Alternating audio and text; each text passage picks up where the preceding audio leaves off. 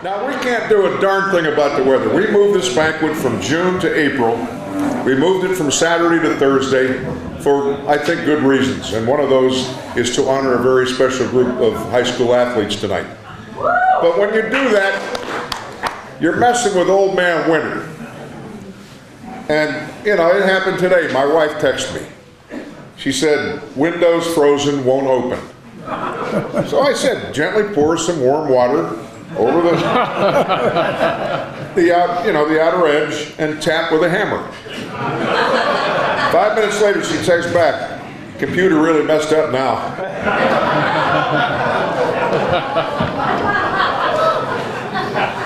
I am sitting next to a National League MVP and a National League batting champion.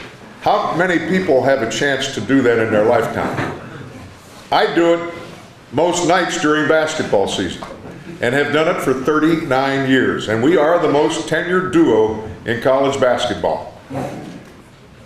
Not only was he the MVP in 1960 and the batting champ, he helped beat the Yankees twice in 2 7-game World Series. In addition, he was the National College Basketball Player of the Year in 1952 at Duke University. First player to lead the nation in scoring and assists. Trae Young of Oklahoma did it this past year. It is my pleasure to introduce my friend and yours, and the best athlete that Western Pennsylvania has ever produced, played 2 sports at the highest level, Mr. Dick Gross.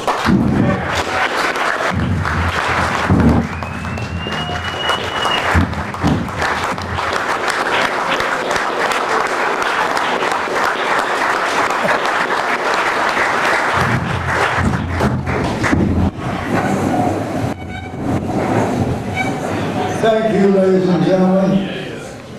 And that's quite a comment coming from the best sportscaster ever to work in the city of Pittsburgh or any place else.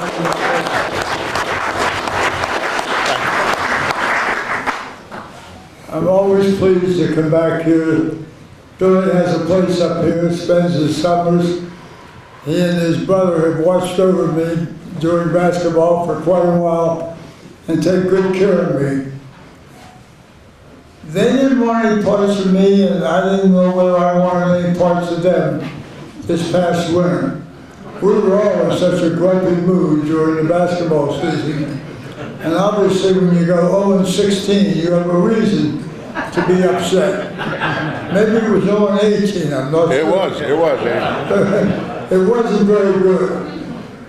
And I might add right now, basketball I love dearly. I love the University of Pittsburgh and the fun we've had with some great teams. We brought a young man into Pittsburgh of whom, not because he went to Duke University, as a lot of people say, but he's a very, very solid young man. And at the press conference this year, when they announced him as being the new head basketball coach at the University of Pittsburgh, this young man handled himself with so much class. Everyone was impressed, even the guys that want to tear somebody down as they did the last coach we had. This young man just did a magnificent job. I'm not saying he's going to win the conference next year, but I promise you, he has a reputation of being a great recruiter. He will do that immediately.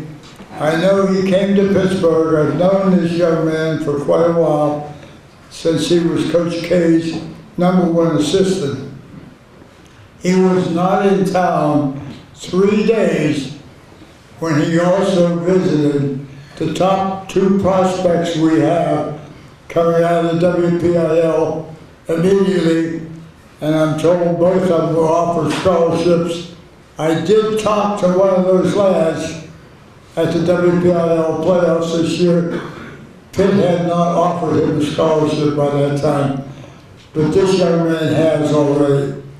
I'm not saying they're going to win the conference, but they will be respectable. And I hope I'm fortunate enough to be alive and enjoy at least 1 or 2 more years next to the greatest basketball announcer in all of this country. It's just a joy to work with Bill Hillgrove. And again, it's always been fun coming back into this area. You people have always treated me extremely well, and I thank you so very much.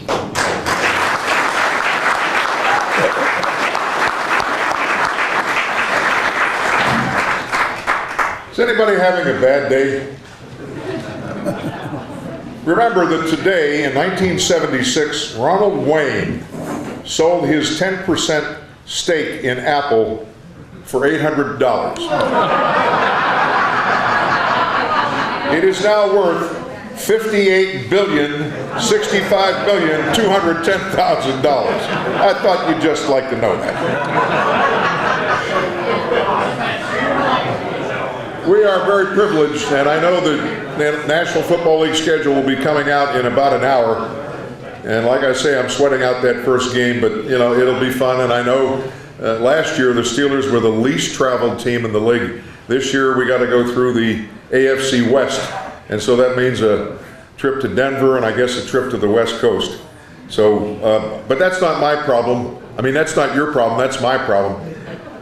This young man has served on the football coaching staffs of Marshall University and Duke University, played his college ball at nearby Kent State as a guard, has been on the Steelers coaching staff for 6 years as an assistant offensive line coach, and keep this in mind. That's the same O-line that allowed Big Ben to be sacked a career low 17 times in 2017. A native of Beckley, West Virginia, would you welcome, please, Mr. Sean Surratt.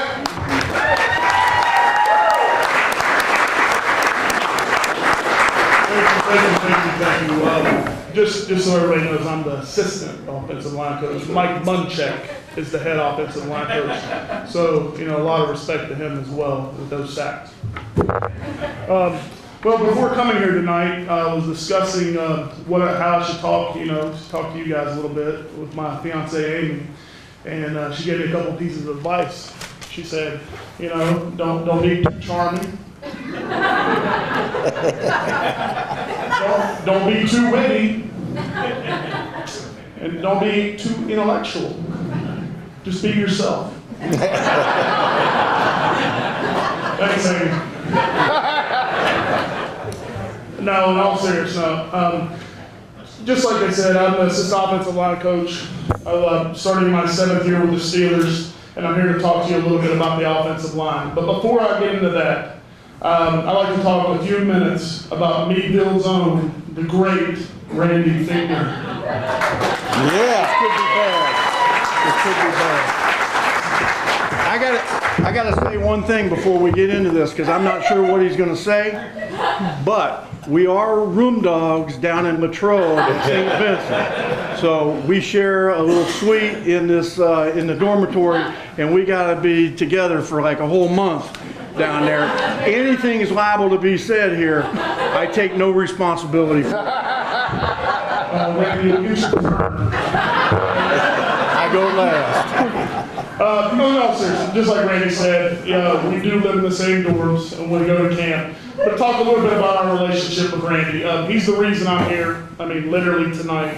You know, he brought me to Meadville. And what a great little town. You know, he took me over and showed me the lake and everything. And just what a great place. What a great place. But he's also been a huge part of my coaching career. You know, he's done a great job with me, not only in that, but also in my life. You know, he's been my father figure since I've come here to Pittsburgh.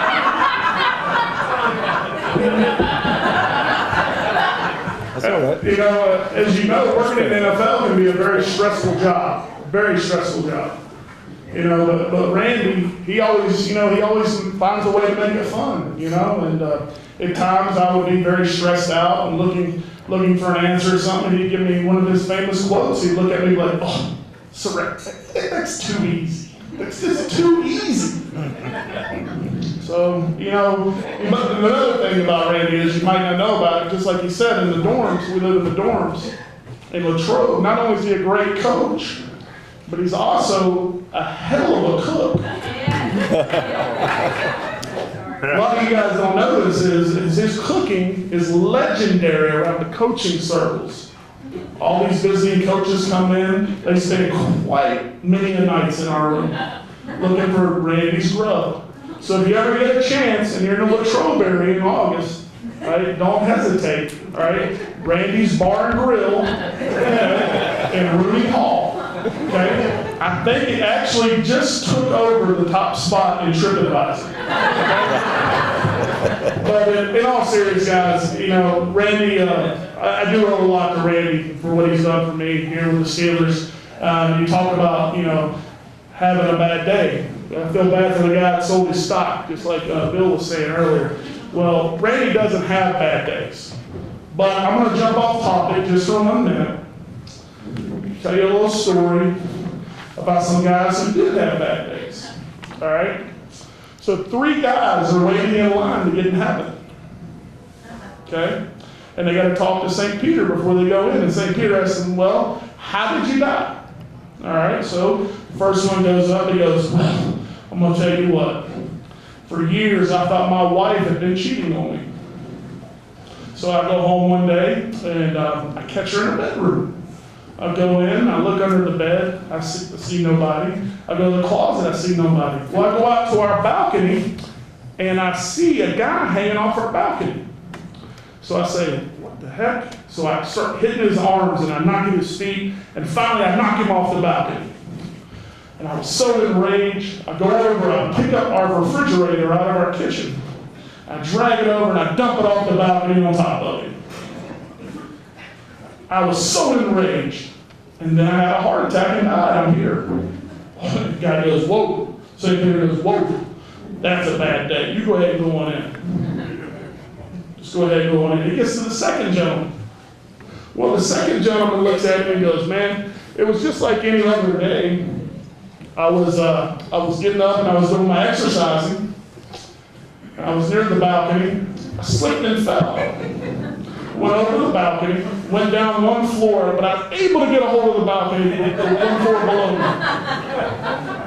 As soon as I get a good grip on this balcony, this maniac starts hitting my hands, punching just knocking me off. Finally knocks me off. I lay and hit the ground. Boom. And I'm not dead. I'm not dead. I think, wow, this is crazy. I look up. Now this guy's dropping a refrigerator on me. And he killed me, and I'm here. Well, St. Peter goes, whoa, now that's a bad day. Go ahead, you go on in. So finally he gets to the last guy. He looks at him and he goes, well, what kind of day did you have? He goes, well, I'm not going to lie to you, St. Peter. I had met with my lover, and her husband was coming home early, so I went and hid in the refrigerator.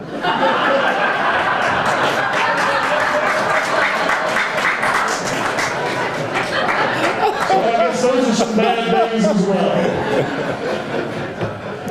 Now, for the purpose of my evening tonight, I just want to talk a little bit about offensive line. Great bunch of guys.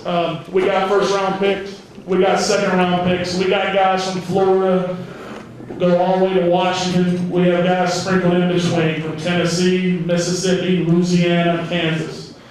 But since we started phase 1, all these guys are Pittsburgh guys. They're all now Pittsburgh guys. And one of the main reasons our success has been great in our offensive line room and our chemistry's been so great starts right at the top, our leader, Mike Munchak. A lot of people don't know is Munchak starts every year when he talks to our guys with the same simple message. And he puts it in a way that these technology savvy people can understand. All right? And when I say these technology savvy people, you see everybody with their cell phones these days. And he calls it APPS. APPS. Okay? Well, APPS is this. Your attitude. Your attitude determines your preparation. Your preparation determines your performance. Your performance determines your success. In simple, guys, it's plain and simple. Be a pro, know what to do, and do it. And these guys really bought in. They really did. But our guys, because they're always looking to one-up Coach Munchak, they decided to come up with their own little acronym. It's called MMMD. Excuse me, WMMD. What would Mike Munchak do? So they use this in all aspects as well. they will sit there and they'll say, man, should I watch this extra 20 minutes of film? Well, what would Mike Munchak do? Wait a minute, man, I am really sore. I don't think I should take the day off. Well, what would Mike Munchak do? There's a reason why Mike Munchak was a 9-time Pro Bowler and a Hall of Famer. And these guys have bought in. They really have. And he's a success not only as a coach, but he's a success in life. And these guys have bought in, and I've bought in, and I look forward to keep learning from this guy. And it's been a great journey. In closing, I'd like to say thank you, and also like to say I hope you guys enjoyed the speech. But if you didn't, I hope you enjoyed your nap. Thank you. I look forward to seeing you all next week.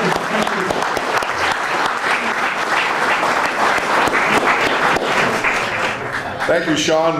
Loby's ready with a video as we announce our Athlete of the Year, and we may pluralize that if we may.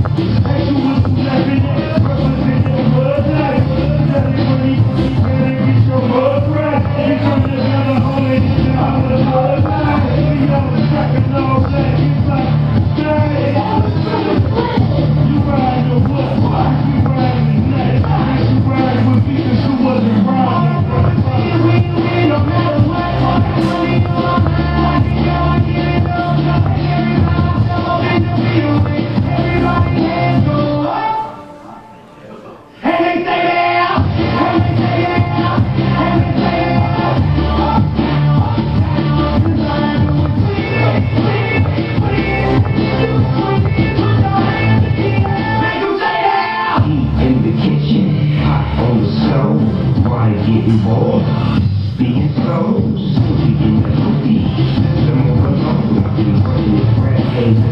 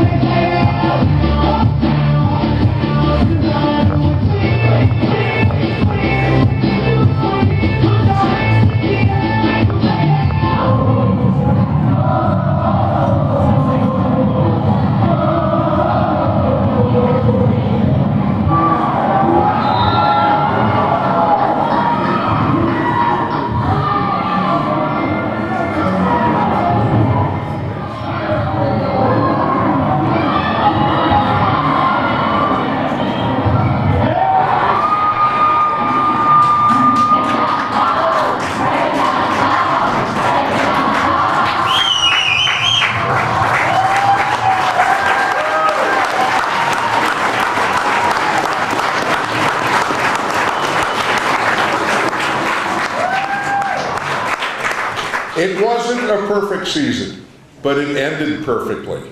Once they got their game face on for the playoffs, it was 3-0, 3-0, 3-0, 3-0, Marian Catholic 3-0 in the final. Ladies and gentlemen, the Station 3 Athlete of the Year, let's pluralize that, the Tigers of Maplewood High School, the state volleyball champions, Class A.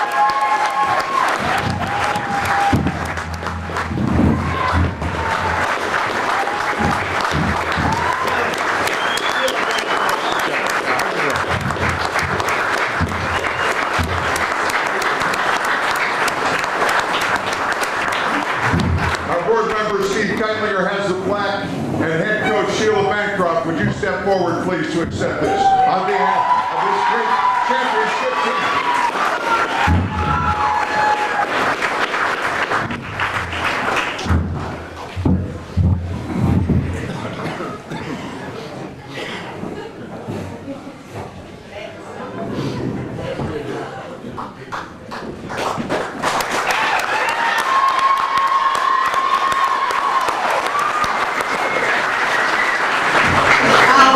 If you have a bad day, if I had a bad day, that just made it a great day.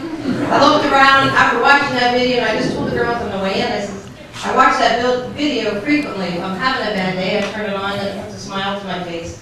By you just playing that, it brought tears to their eyes and excitement. So it is something they're going to enjoy for the rest of their lives. It's my 4th state championship, but it was an amazing run. Long 3 weeks of playoffs, and not only great volleyball players, but outstanding student athletes as well. So they come from great families, great community support we had. It was just an amazing year. I can't explain it, but we lived through it, and they're still, they just all, like, tears were flowing down their face, so it's exciting. Thank you very much for that.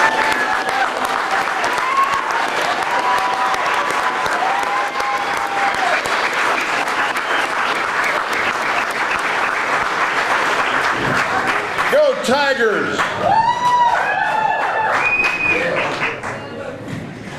We're glad that Gene Collier accepted our invitation to have him back this year. I think you wanted him to be back here. And in case you don't know who Gene Collier is, he's an award-winning writer in the city of Pittsburgh for 36 years, the author of 2 plays, The Chief, about Steelers founder Art Rooney, The Play with Rocky Blyer, another one-man show on the life of the Steelers great. He's also a Pulitzer Prize losing writer and columnist. Ladies and gentlemen, would you welcome please Mr. Gene Collier.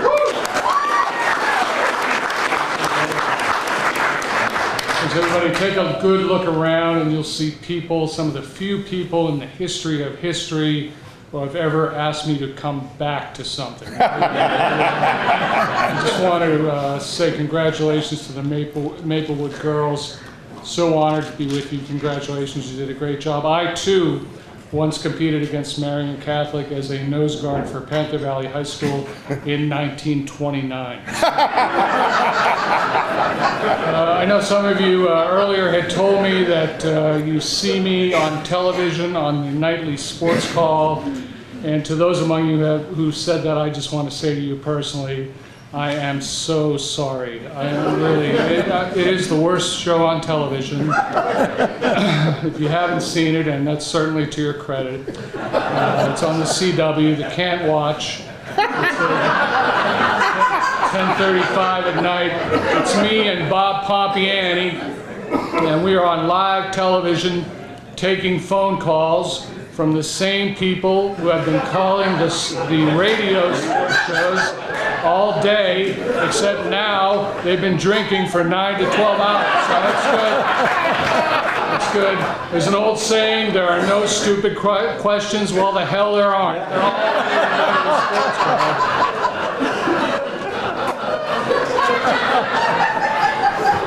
So when people find out that you're on television, they like to know a little bit of the behind-the-scenes stuff about TV. So here's your behind-the-scenes stuff about what's going on at the Nightly Sports Call. Here's the dynamic that we're working with.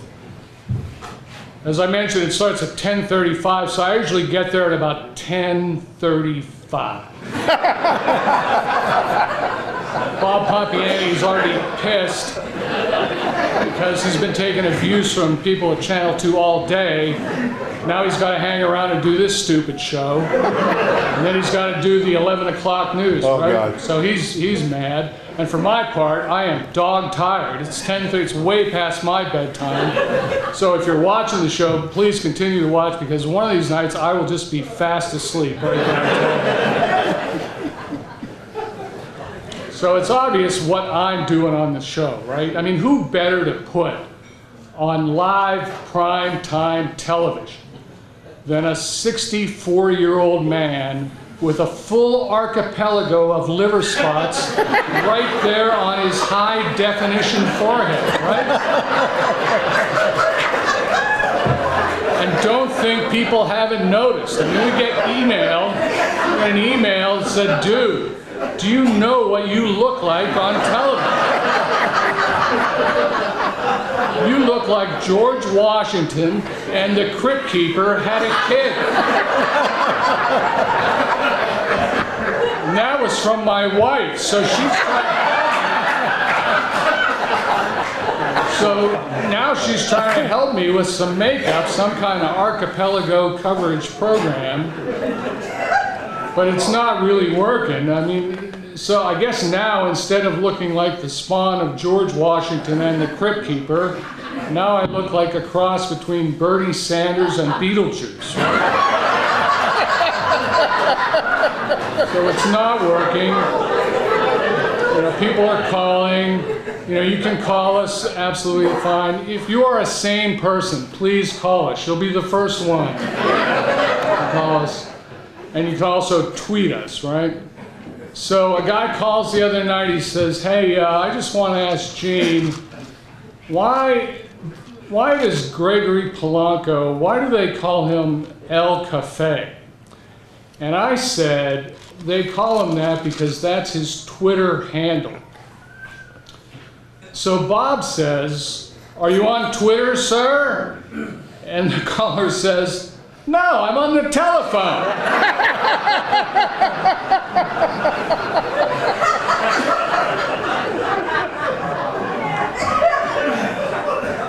So if you're not on Twitter and you are on the telephone, I would encourage you to stay on the telephone, because Twitter is such a dangerous place. Isn't it? It's the worst. This morning I'm out, it's a decent day, not great, decent. I'm out there, I'm in a good mood, I'm walking my dog like I do every day, I'm merrily swinging my bag of poop, right? Fortunately, at this point, still the dog's poop, right? That's good. So I walk into the park. I walk into the park that I walk into every day, and I walk up to the trash barrel that I throw the poop in every day. And today, for some reason, just like a weird quirk, maybe it's because the NBA playoffs have just started or whatever, I decide, and I'm going to stop right here. I'm going to try and knock one down from 15 feet.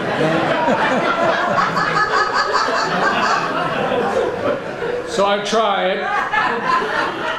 I miss, it's off to the right, but I go strong to the rack, get the putback. But now there's another guy in the park with his dog.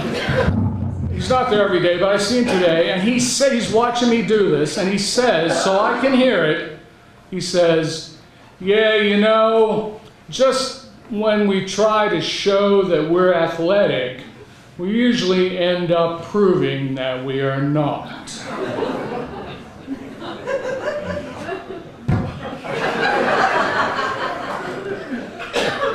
I said, dude, I'm just flinging shit here, okay? I'm not trying to beat Duke in the Southeast region of the semifinal. And I blame this completely on Twitter. This is all Twitter's fault. Twitter has made it so that people think they can say anything to anybody in any circumstance. That's what Twitter has done. I've been on Twitter a long time. I'm trying to get out of it. Really, I hate it. One time I tweeted this. I thought I was being borderline inspirational, or if I failed, at least this would be innocuous. This should have been an innocuous, nothing tweet. What I tweeted was this: Happy John Lennon's birthday, everybody. Imagine all the people living life in peace. The first Twitter notification I got was, yeah, well, imagine you suck. How about that? Please, if you can, stay off of Twitter.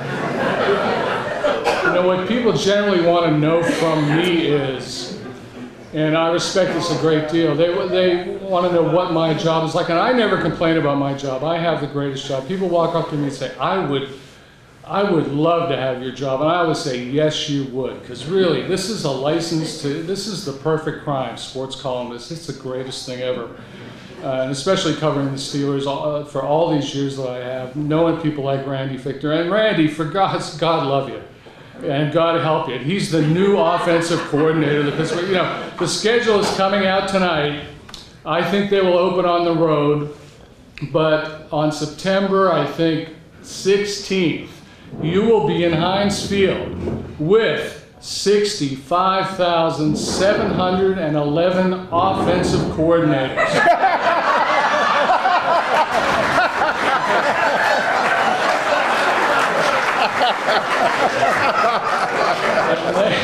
They are not going to agree with you. And really, from the perspective of the press box, I can tell you this is how we view offensive coordinators in the press box. If the play works, good call. Doesn't work, stupid call. That's all there is to it. Really? So people say, Gene, what is the best part of this? You know, you're with the Steelers all the time, you're home, road, you know, in the dressing room, on the plane, whatever it is. What's the best part of it? And my answer always surprises them, and this is it. You know, because I have to be at stadiums early and I have to stay late, what that means is I rarely have to watch pro football on television, and that is a great blessing, ladies and gentlemen. Because on television, unlike with people like Bill Hillgrove, and there's no one like Bill Hillgrove, I don't want to diminish him in any way, he's the best. But on television, the people who are doing football on television are saying the same stupid bullshit they've been saying for 50 years to keep from telling you what is actually going on, isn't that right? Yeah, like here's the pitch to Williams, and he's trying to turn the corner, and whoa, he lost his footing. He what? The son of a bitch fell down, okay? That's all. He fell down. Were you ever at a party? Maybe in college, maybe more recently? Did anyone ever come up to you afterward and say, boy, you really lost your footing last night? No, you fell down. You might have lost some skinning off your face. Or maybe some toothing, but you didn't lose your footing. How about when they say, well, he brings a lot to the table? Well, he's 340 pounds. Looks to me like he's taken a lot from the table. You ever watch a game where they're running the ball, and then they try to run the ball again, they don't get anywhere? What does the color guy say then? He goes, Bob, they went to the well once too often. Really, they went to the well once too often. There's only ever one legitimate use of this cliche in the entire history of America. It was in 1987 in a small town in Texas when poor little baby Jessica McClure went out into the yard and fell in the well. Because she went to the well, so don't tell me that anymore, okay? I love when they say the Steelers have to find a way to put points on the scoreboard. Where the hell else would they go? In the hamper? In the blender? That's where they go, on the scoreboard. If I were the Rooneys, living so close to Heinz Field, I would just walk over there on Saturday night and literally put points on the scoreboard. I would make it 41-0. Because the Bengals are so dumb, they'll come out the next day and say, damn, we are getting our asses kicked.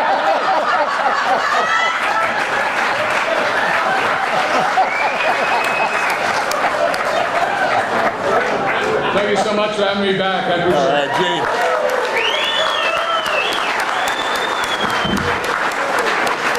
Great job. Really good.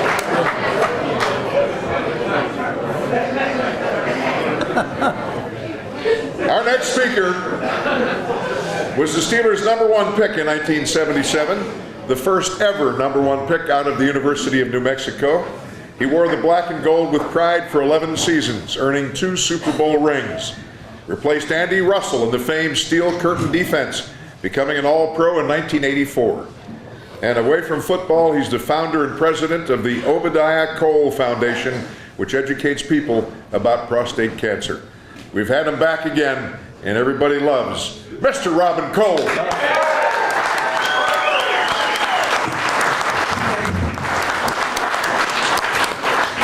Thanks, Bill, and thank you guys. Thank you guys for giving me an opportunity to come back one more time. I'm not saying this is it, but I really appreciate the opportunity to come back and see some of the happy faces. Congratulations to the volleyball team. The girls, fantastic, fantastic. Yeah, I can still remember, not all the time, but sometimes I still remember what it was like to be on a championship team. It's been quite a few years for me. I've been hitting the head a whole lot of times. A lot of concussions throughout my career. A little different unless you guys bounce the ball off top of your head or if you bump heads, you know, something similar. Oh, you've done that before, okay.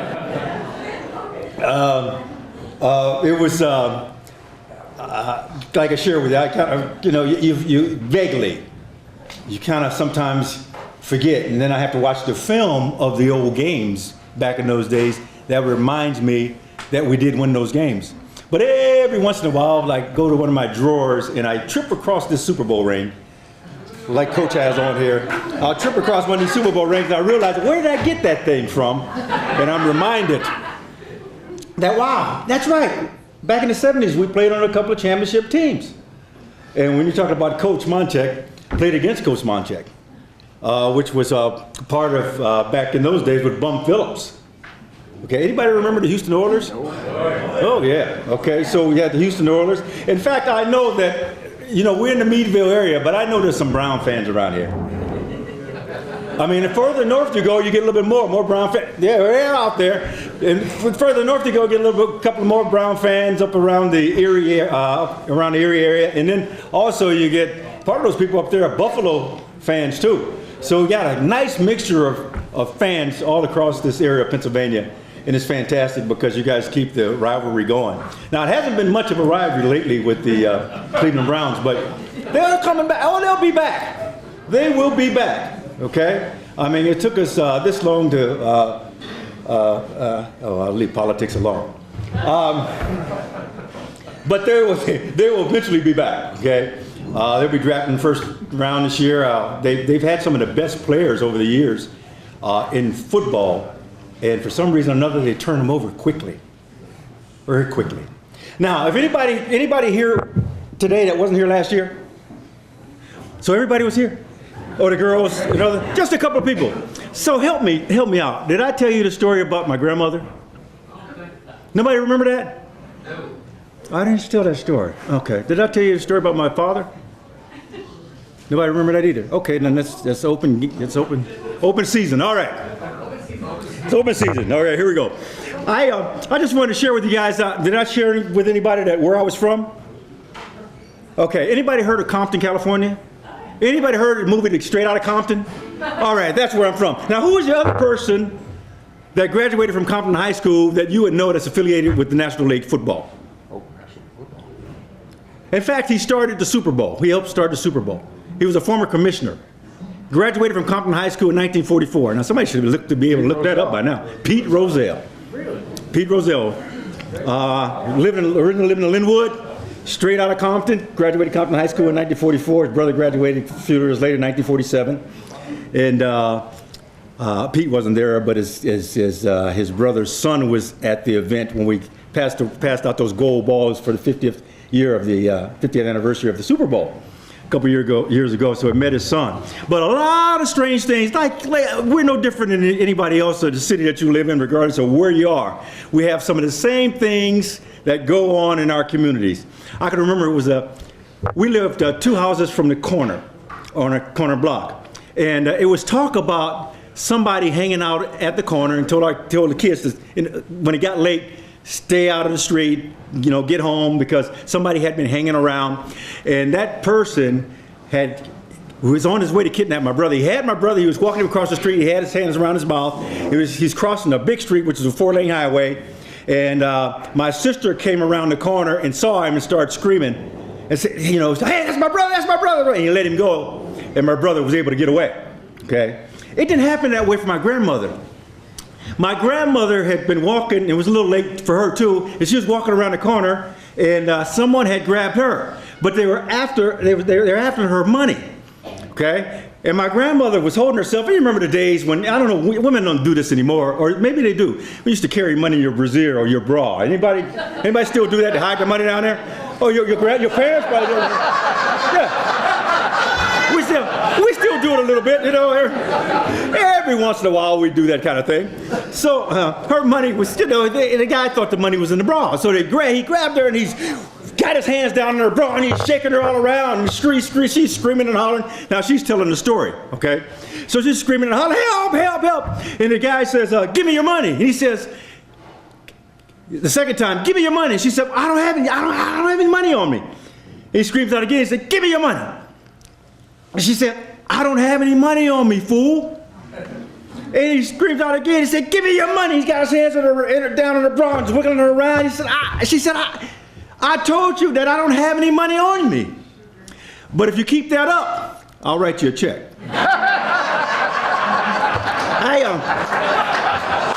Strange things like that used to happen in our community, okay? I grew up around a time that we had chickens in our backyard. Man, we used to fight chicken cock fights in the backyard, all kind of crazy things that used to happen in the community. I remember myself as a young man, I had a friend of mine, he had ducks. Now, he used to have a lot of chickens, and I go by his house this Saturday, and he had 2 ducks in the backyard. I said, well, hey, where'd you get these ducks? He said, oh, man, it's a friend of ours in the community that I'll take you out there, and he'll give you a duck. I said, what? Yeah, he'll give you a duck.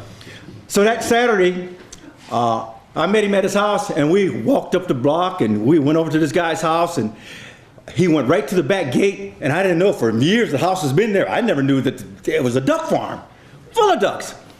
And so he climbed up on the fence. I climbed up with him, looked over there. I said, man, he's got all kind of ducks. He said, well, let me go around the front and ask him, can we have a duck? So he so-called went around the front and asked the guy, came back. He said, oh, he told us to go ahead and take one, and that'll be fine, and we can go ahead and go home. Well, he reached across, unlocked the gate.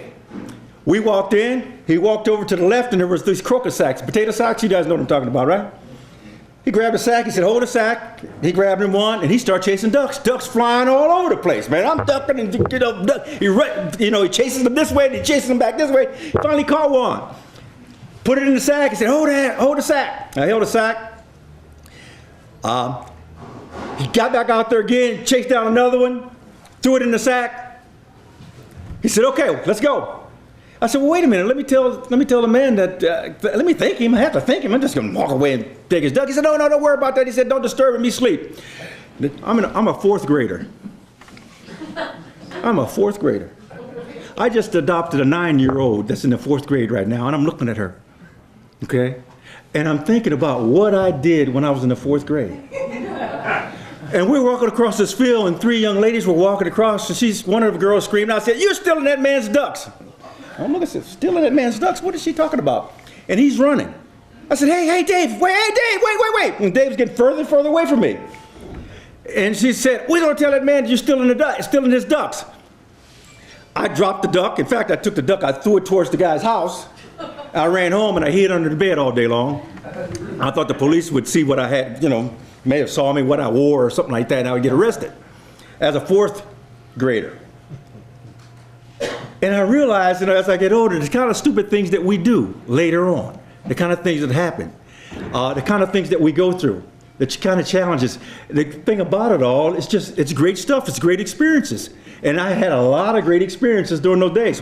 When I think about football, and we talk about football, we talk about coaching, the great job that they're done with Ben, and Ben gets sacked 17 times last year. 17 times. Isn't that beautiful? 17 times. 17 times. That's not football. You kidding me? How can a freaking quarterback play football and don't even get touched? But 17 times. And for most of us, we think that's exciting. That's not exciting to me. Okay? I got hit 17 times in warm-ups. 17 times. I mean, golly, in practice, I used to golly, we haven't even started warming. I'm not sweating yet. And I've already had 20 headbutts. The game comes later on. Okay? Just the difference in the game and how it was and how it is today, and some of the things that we went through, some of the challenges as players that we went through. And I played with some pretty good guys. Joe Green was a pretty good football player, would you say? Oh. Yeah. L.C. Greenwood and Ernie Holmes and all those kind of people. And Lambert was also a good football player. Would you say he was a pretty good football player? I would think Jack Lambert was a pretty good football player. Hey, Jack Ham was also a great football player. And when we think about guys in the secondary, we think about Mel Blount and J.T. Thomas. We think about Mike Wagner and Donnie Shell and Glenn Edwards. And that's on the defense. Okay. And then you go to the offensive side of the football, because all those guys couldn't go they went to the Pro Bowl, but all of them couldn't go to the Hall of Fame. That's too many guys on the defense, okay? So let's work our way on the offensive side of the ball, and there we was with Rocky Blauer and Franco Harris in the backfield, and there we are with then Benny Cunningham and Larry Brown, and two of the best offensive linemen I felt as far as my career that I played, because I lined up against him in pass rush all day long with John Cole as an offensive tackle, and he never got to the Pro Bowl, okay? But we didn't have room to talk about him because we had to talk about Lynn Swann, we had to talk about John Starworth, okay? So he took his space, and then we had to talk about also Mike Webster as center, one of the greatest centers of all time, which a couple other centers that followed behind that. Wouldn't you consider that a pretty good team? Okay. Now you had a guy by the name of Chuck Noll, and you had an owner by the name of Rooney's, okay? A phenomenal team, okay? And Terry Bradshaw took a lot of hits at quarterback. And we used to get excited about him taking hits back in the day. Oh yeah, that was the, now you're playing football. Now, you're part of us because you're playing football. I have no idea what type of conversation that you have in the locker room when your quarterback don't get hit. It's exciting. That's the way the game has changed. It evolved. I'm going to sit down in a minute. I have to stand up again. But the stomach is giving me whatever's going on. I had my heart beating. I thought I was going to have a heart attack, but it's gas,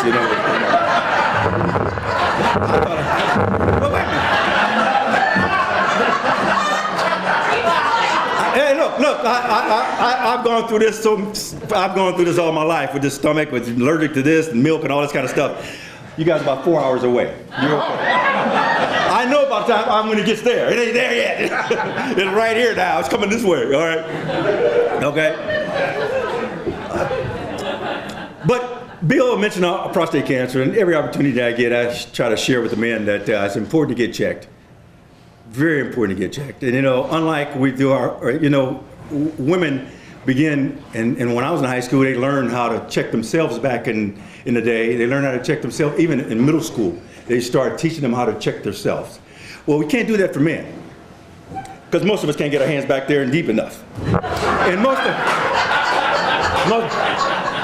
that's a fact. I mean, try it. And if you got them back there deep enough, you don't know what you're looking for. Is that right, Doc? Where's Doc? You don't know what you're looking for. Doc, you don't know what you're looking for, right?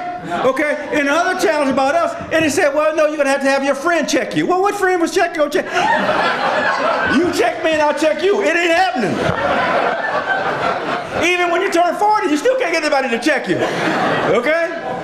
Nobody does that, okay? You have to find the doctor that's going to do that and take care of you. You need to get checked. PSA is very important. You need to get checked. You need to start at least at the age of 40, regardless if you have family history or not, because this is what we found out.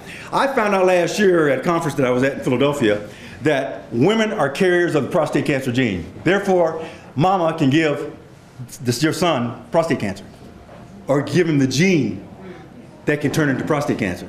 Okay, that's a new finding.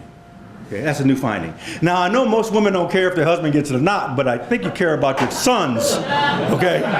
Okay? Because if you did care, we'd have more people involved, okay? Because once the ladies get involved, now we really got something going on. So I wanted to let them know that that can happen. With genomics and genetic testing, what's going on nowadays, there's a lot of different things that are going on that can tell you the story about your family. Through genetic testing, that you can get checked at the age of 20, 25 now to see if you're a carrier of any one of those genes, or at least the top ones, and that means colon cancer and also with pancreatic cancer and some of the other ones. Okay, very important. And my family is just stricken with the disease, and we started a foundation now. And what I'm getting to this, the foundation is now the Robin Cove Foundation for Prostate Cancer. Okay, so it was my father's name. It was my father's name at first, and we changed that up a little bit. But over the years, I mean, when we think about some of the things that was shared here, and Coach has shared a little bit about the dorm rooms, and dorm rooms are totally different than what you guys have today. Golly. I mean, in fact, I bought my own air conditioner in there and they told me to take it out. And I'm saying, what's wrong with that? I mean, it's the same amount of energy if you plug in a fan. I mean, it's not something, I mean, I didn't bring some big machine that I was sitting outside the door or out the window or something like that. But that was the way it was back in our day, and that's the way we prepared. We learned how to be tough. And I tell you, Gene, you talk about what makes you tough, and a fan is not going to make you any tougher, or least tougher, good or than an air conditioner. I think it'd probably be better. I may have been tougher if I had an air conditioner. Okay, because it used to be hot in that camp and humid in the camp. Is it still that way? Still that way? Still that way. It's just like that. When I go by Latrobe, I don't even look at it, St. Vincent's. When I go by, there's Latrobe. I mean, I don't even, because I don't have the memories that they have back in the guys that play today. It was always rough and tough. It was like being in, I don't want to say being in prison, but it was similar. I mean, it was similar in preparation, but it was worth it all. And it was because of you fans. You make the true difference. We enjoyed what we did. We loved doing what we're doing. We didn't get paid very much to do it back in those days, so we did it because of the love of you, and that's not exactly the whole truth. That's just part of it. We wanted to get paid, we just didn't, but that changed nowadays, and because of that, there's a lot more things that these players are able to do in helping their own communities. Being able to take money back to home where they came from and make a difference in the youth life, make the difference in the lives of their families nowadays. It's a beautiful thing, and that happened through football, through a game that I enjoyed tremendously.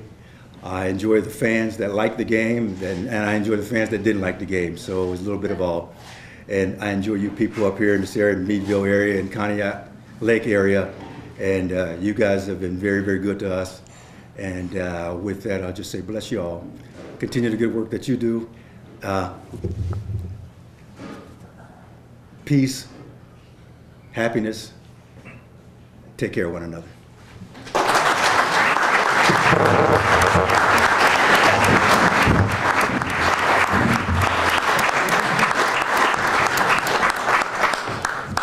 All All of our speakers tonight are being given a gift certificate to Chop House. There's one in Meadville, also Hermitage, South Point, and Grove City. So you just wanted to say hello and thanks to the folks at Chop House for providing this service to our coterie of speakers. Time now for the third annual Merle Hodge Courage Award. The former Steelers running back was here to receive that first plaque 2 years ago. Station 3 decided to name the award in perpetuity in his honor. Steelers running back James Conner of Pitt and Erie McDowell High School received the plaque last year. And that brings us to tonight's recipient. The pattern here is having inner strength to remain cheerful while bravely battling a dread disease. Tonight's awardee has those qualities in abundance: strong will, determination, selfless attitude. As she undergoes treatment, she is cheerfully aware of those around her. People who are bravely waging the same battle, and her love for the Steelers fills an entire room, as does her warm smile. It is with great pride and privilege that I present to you, as voted by her peers, the 2018 winner of the Merle Hodge Courage Award, Murray Braden.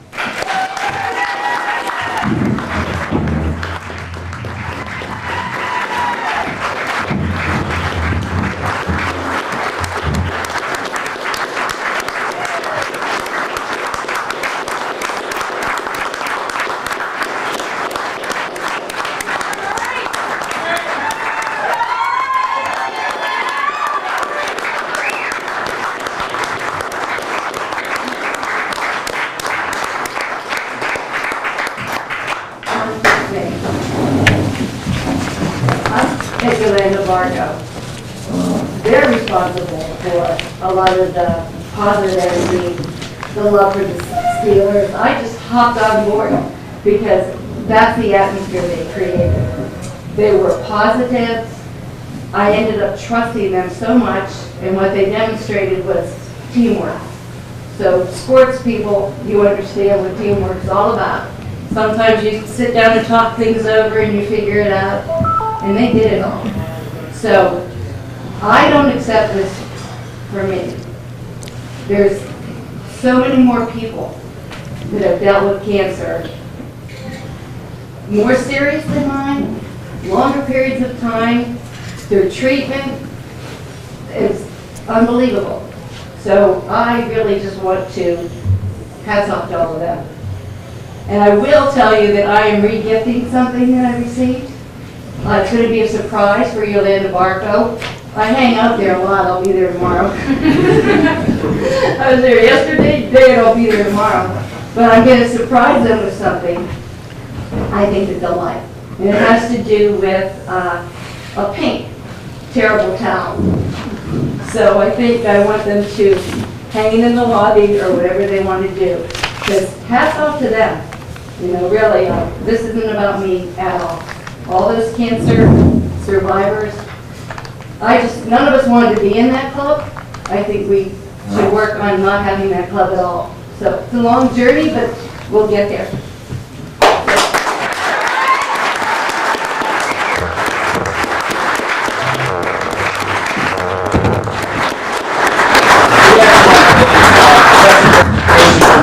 All knows about except me and Coach Fichtner. So if you would just hang in here, we got a little something special for you. Does it have to do with pickleball?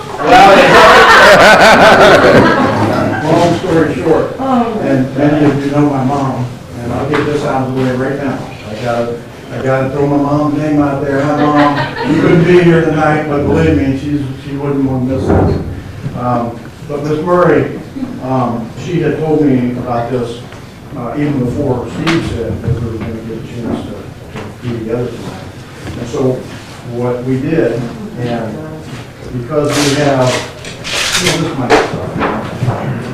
because we have a youngster that's going through some hardships right now himself, he basically took the time to basically say to Murray, stay strong. Ryan, shake his hand.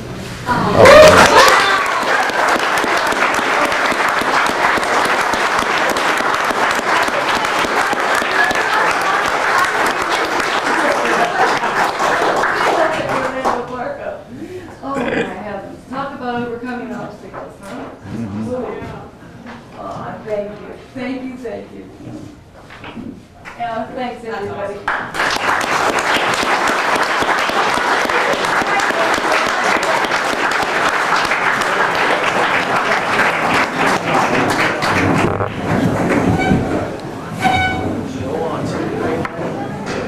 Green means go.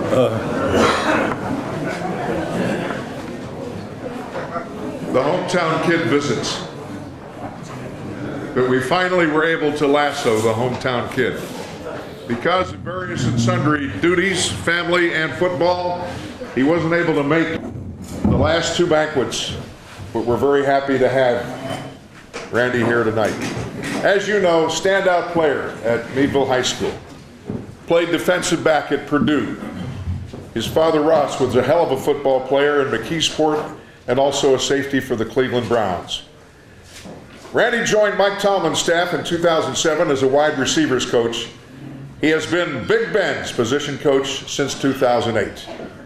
Currently, the offensive coordinator for the Pittsburgh Steelers, one of 67,205. Randy Fichtner.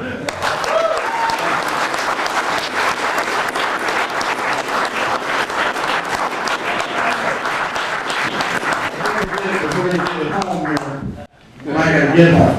And to get home, put this hat on. I know it's going somewhere else probably after tonight, but for tonight I'm wearing it because I'm Meadville proud, for sure. You know, Sean, you got after me a little bit. Young coaches, guys that you kind of help get started in this game. Coach Munchak's taking care of them. I like to take a little credit for actually getting them hired. I sat on that little committee and had to give the thumbs up or the thumbs down. Obviously the thumb came up, but I'm going to get you back. He mentioned that he has a fiance and her name is Miss Amy. But what he failed to do was have her stand up and everyone getting nice done.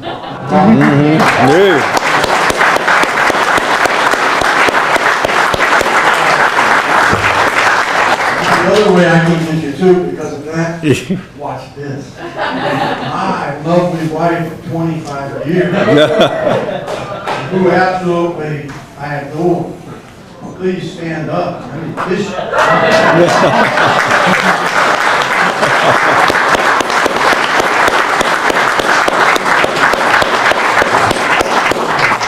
Okay.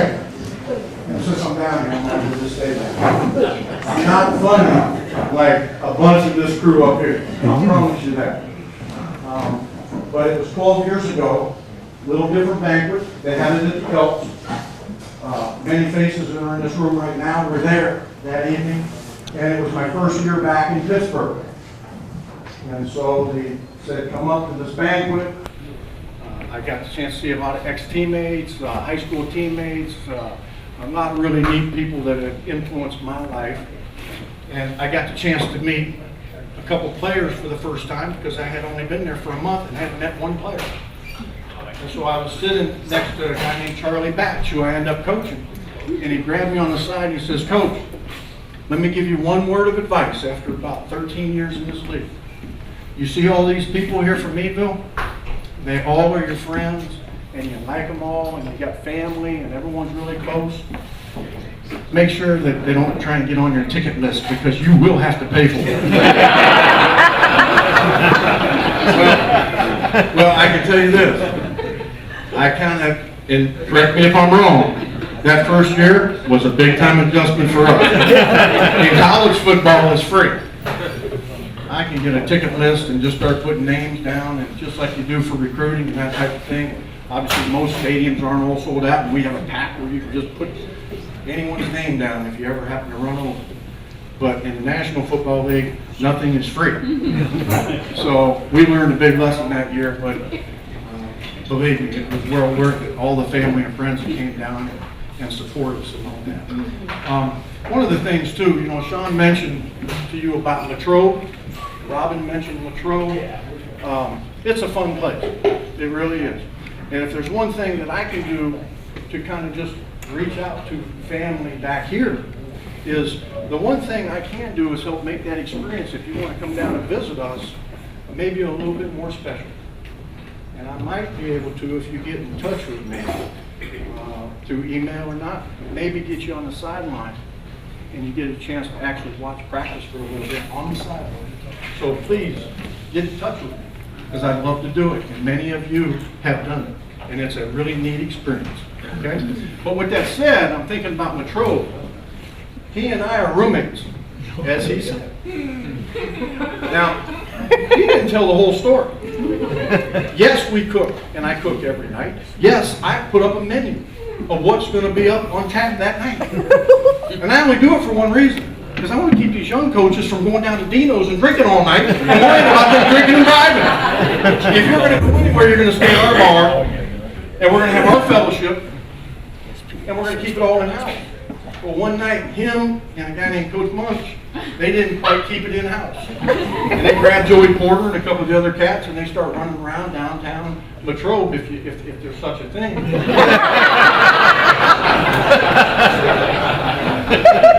And I see him stumbling up, closing up Dino's, and you know, Munchak, my first appreciation of Mike Munchak is, yes, he's a great coach, yes, he's a Hall of Famer, yes, he's an awesome dude. But guess what? He is strong as a bull. He carried this dude up 3 flights of stairs. He carries him up the stairs. I get out to the door to help him in.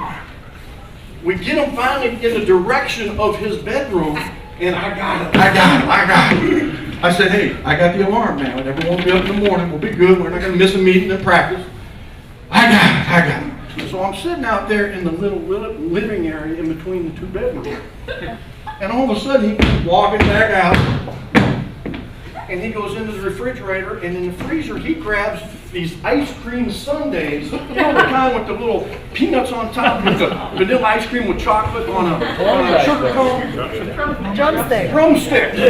He grabs a drumstick, can barely open the thing up, finally gets it open, goes to take a bite. Our freezer is freezing. You can't bite into it.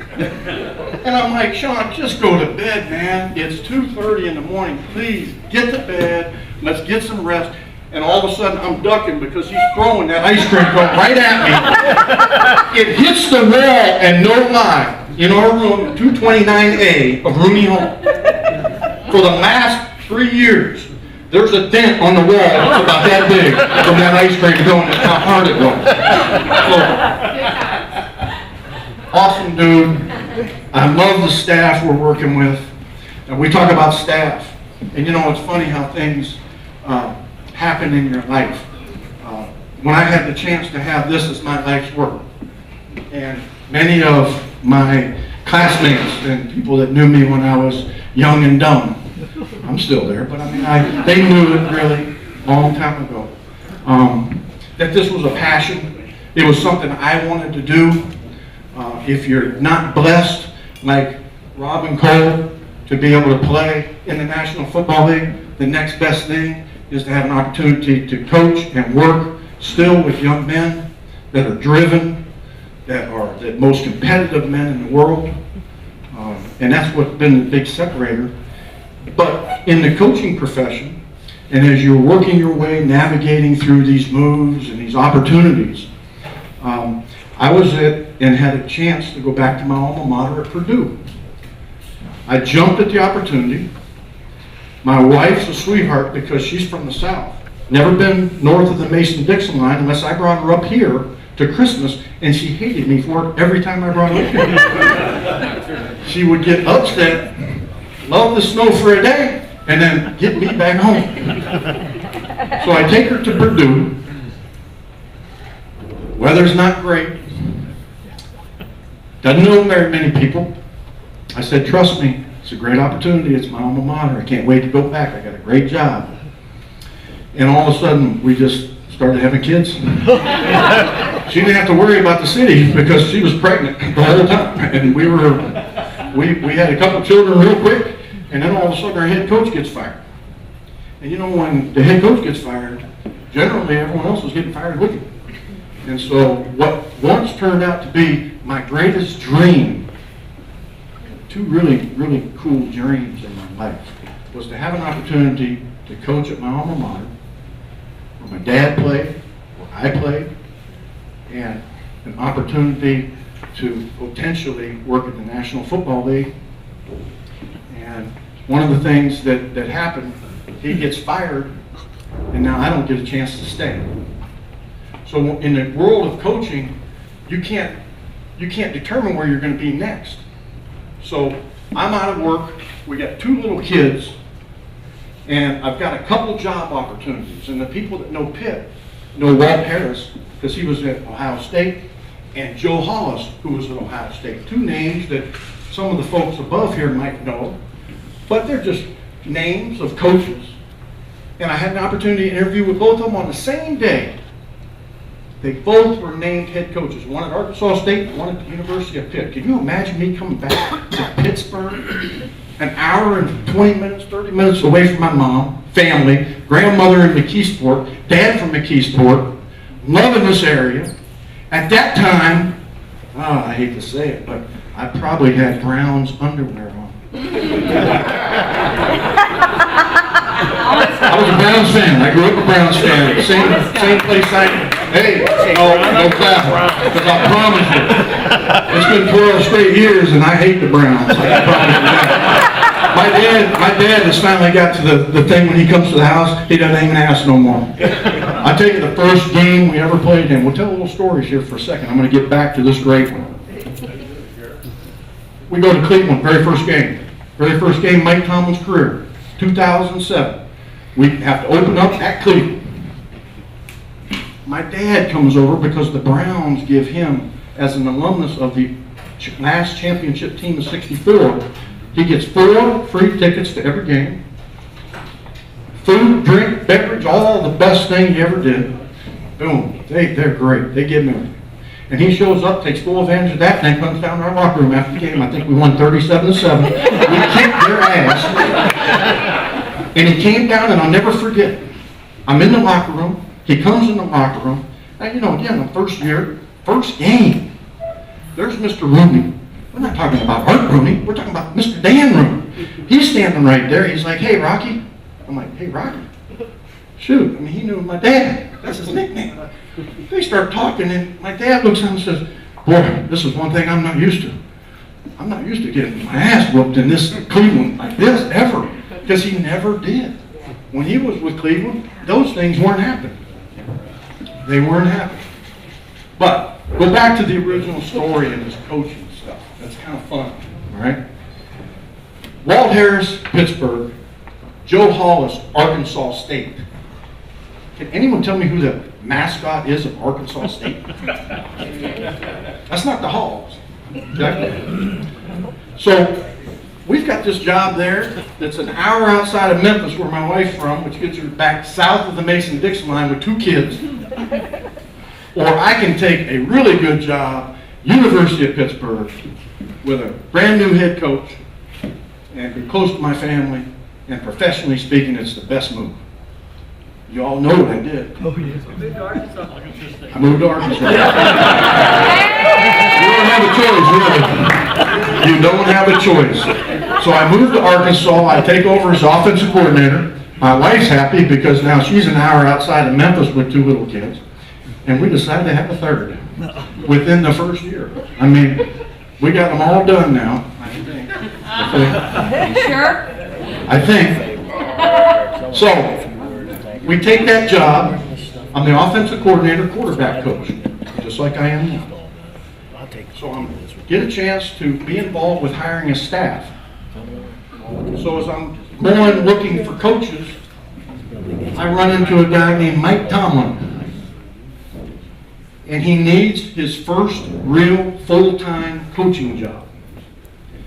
And so I recommended to our head football coach that this is the guy I want to be my wide receiver coach.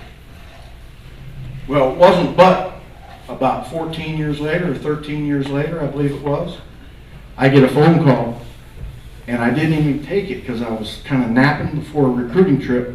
I opened the phone up, I put it, he said, "I got the job and so do you. We're going to Pittsburgh." I still have that message. Now here's how crazy coaching can really be. While we're at Jonesboro, Arkansas, coaching the Indians. Okay? I'm the offensive coordinator. Mike Tomlin's the receiver coach, and we need a defensive coordinator the next year. So the head coach says, Randy, do you know anyone down in this area and someone you really trust? And I said, yeah, I got a guy in Memphis I worked with years earlier. His name's Keith Butler. Does anyone know who Keith Butler is right now? Keith Butler is the defensive coordinator of the Pittsburgh Steelers today. So we get Keith Butler hired, and what's he do to thank me to giving him a chance to be the first coordinator ever?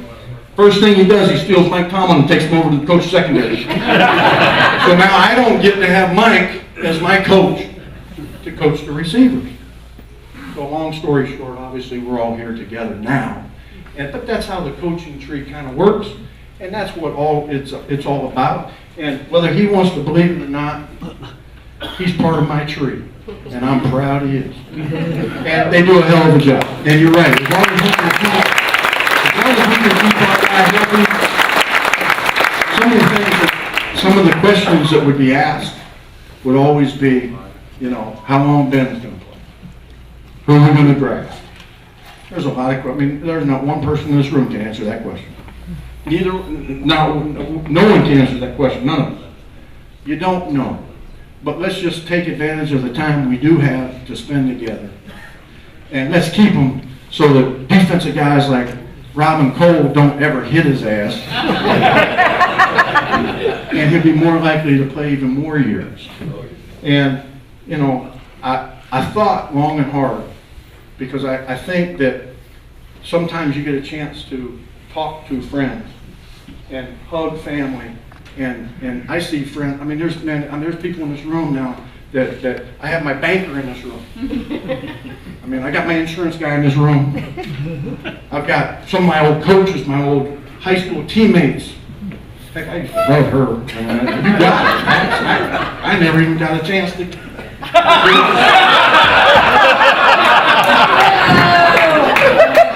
Now, that does remind me about one thing. I had to take this crew. Okay, thank you for driving up there too. No, I'm serious. We're in draft meetings, and I've been so tired because we're going early in the morning. We're trying to work on all the draft. It's all offense right now.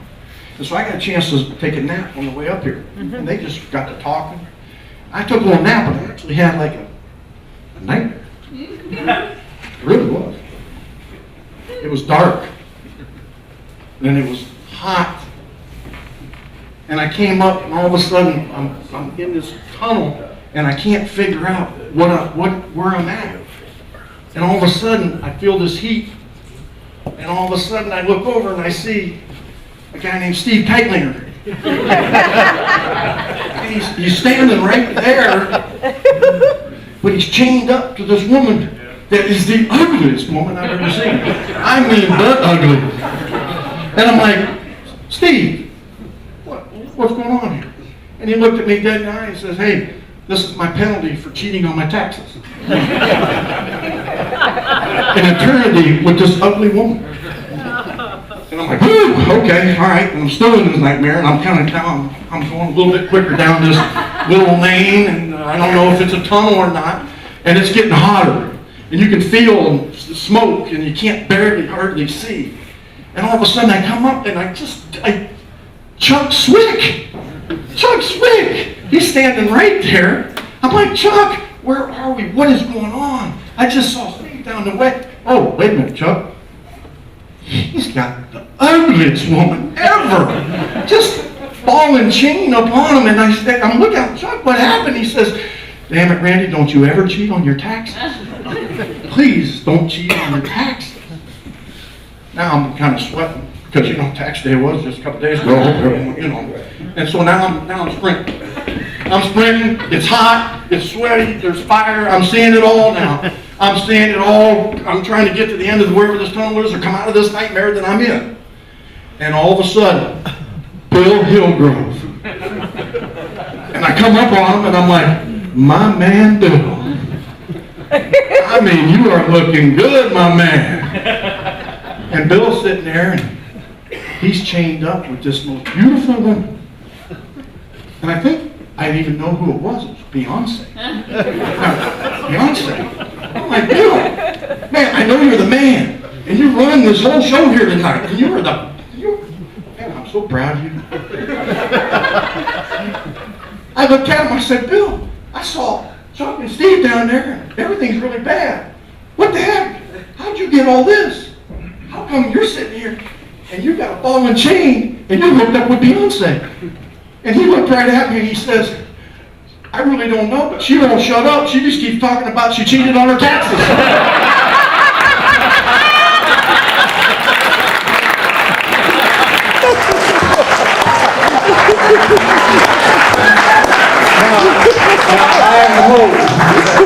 I hope that we all did our taxes 2 days ago. Randy Fichtner.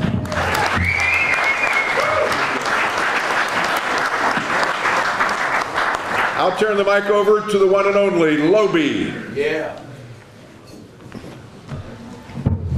I don't know, Gene. I thought you were winning until that joke. Give it up for Randy. That was a good one. All right, just a few people want to recognize. How about a nice round of applause for our speakers tonight?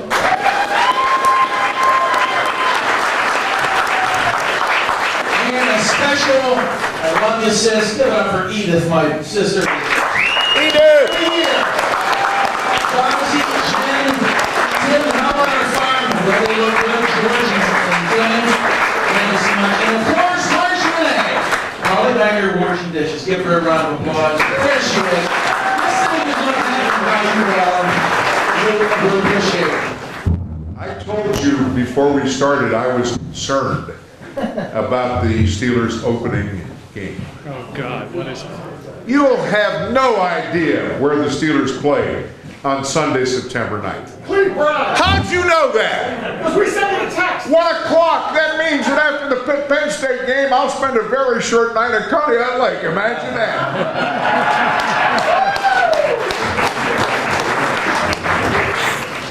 Dick Williams of our board promises next year he will have Cleveland presence at the banquet. We tried to get Terry Francona, but he was between Minnesota and Baltimore. And so hopefully we have Cleveland presence next year. We appreciate your support. This is a great effort. God bless the Maplewood Tigers. God bless Murray Braden. Good night. See you next year.